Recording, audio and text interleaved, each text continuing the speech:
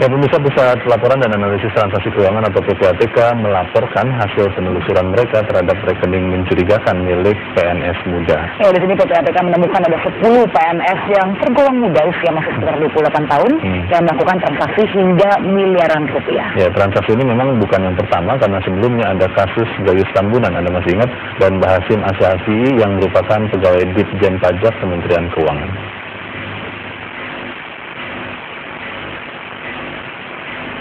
Pegawai negeri sipil berusia muda ditengarai memiliki transaksi super besar dan mencurigakan.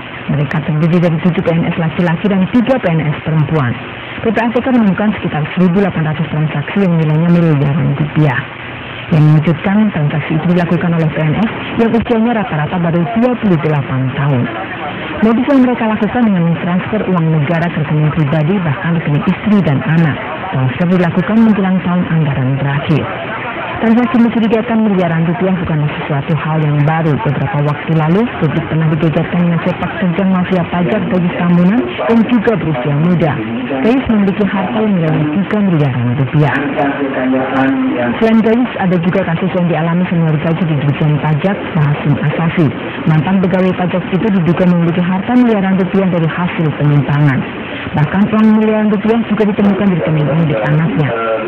Hasil penelusuran PPATK bisa dijadikan acuan betapa pegawai negeri masih rentan terhadap penyimpangan. Program remunerasi ternyata tidak menjamin PNS bersih dari korupsi. Tim Liputan Metro TV. Ya, pemirsa, rekening gendut pegawai negeri sipil ternyata bukan isapan jempol. Juga kita sudah melihat ada beberapa laporan dari PPATK yang tadi sudah kami bacakan bahwa memang ada banyak rekening dari beberapa pegawai negeri sipil yang berusia masih muda tetapi sudah punya uang miliaran rupiah. Dan kita akan melihat apakah memang ini sesuatu yang wajar atau ada apa di baliknya. Dan bersama kami sudah hadir pengamat pidana ya? Ya, seorang pakar hukum pidana yang juga ini fokus kepada masalah money laundry atau pencucian uang. Ya, kita sapa dulu Ibu Yanti Ganarsi. Selamat pagi. Ya, nah Ibu kalau melihat bagaimana PPATK sudah menemukan ada 10 PNS yang terindikasi ini korupsi karena dari usia masih muda, juga masih golongan 3B, juga golongan 4. Menurut Anda strategi PPATK mengumumkan ada temuan ini itu sudah tepat tidak? Ya, saya juga nggak tahu ya. Mungkin bagi publik itu ya tepat dalam artian mereka terpantau ya, tetapi dari sudut investigasi hukum ini agak berbahaya juga. Hanya saya memang tidak tahu posisinya rekening yang setelah dianalisis itu apakah sudah diserahkan ke penyidik atau belum, dan sudah ditindaklanjuti oleh penyidik atau belum. Karena apa? Kalau sekarang diumumkan tetapi belum ada tindakan-tindakan pengamanan terhadap rekening tersebut, itu malah bisa hilang yang bersangkutan yang disebut 10 orang ini kan langsung dia bisa siap-siap dia mengeluarkan uangnya. Mending kalau dia pindahkan lagi ke jasa keuangan yang lain ya, misalnya ke pasar modal pun masih kita jaga. Tapi kalau diambil secara fisik kemudian dia sembunyikan, kan itu sulit sekali melacaknya. Misalnya argumentasi dari PPATK bahwa tetap bisa terlacak oleh PPATK. Oh, enggak juga, tidak selalu, karena penjahat itu kan maaf. Kalau penjahat? Kalau penjahat memang berasal dari uang hasil kejahatan dalam hal ini korupsi itu misalnya, dia tidak akan mengikuti alur pemikirannya PPATK, bahkan alur pemikirannya penegak hukum atau kita. Dia akan mencari modus yang bagaimana tidak terlacak dong. Itu pasti dia akan lakukan itu.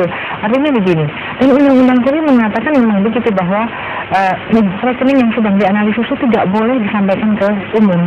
Karena apa?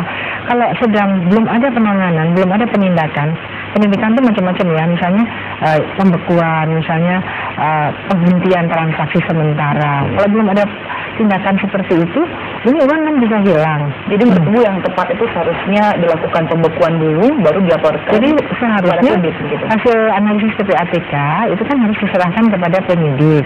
Penyidik itu kemudian menindaklanjuti hasil penyelidikannya dari PPATK. PPATK itu kan penyelidikan saja.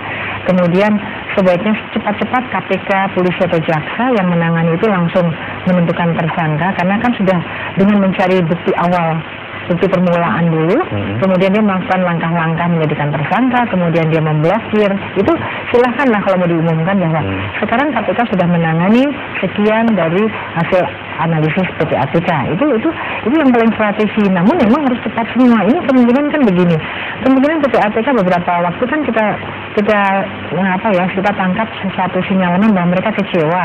Banyak sekali laporan transaksi yang tidak ditindaklanjuti, mungkin begitu. Tetapi untuk menjawab kekecewaan itu bukan dengan cara seperti ini. Ini kan tidak aman.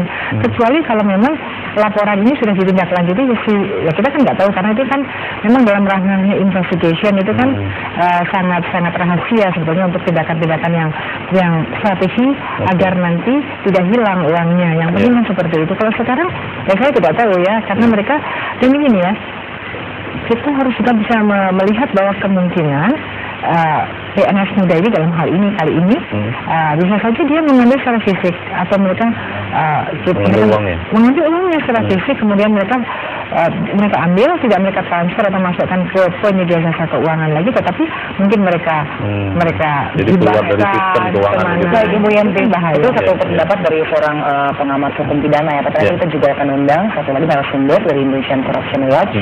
Kira-kira bagaimana mereka melihat perbandingan dengan kasus-kasus yang sama ini sudah banyak mereka telusuri juga. Ya pemirsa, karena itu tetaplah bersama kami, perbincangan ini akan kami lanjutkan selepas jeda berikut ini.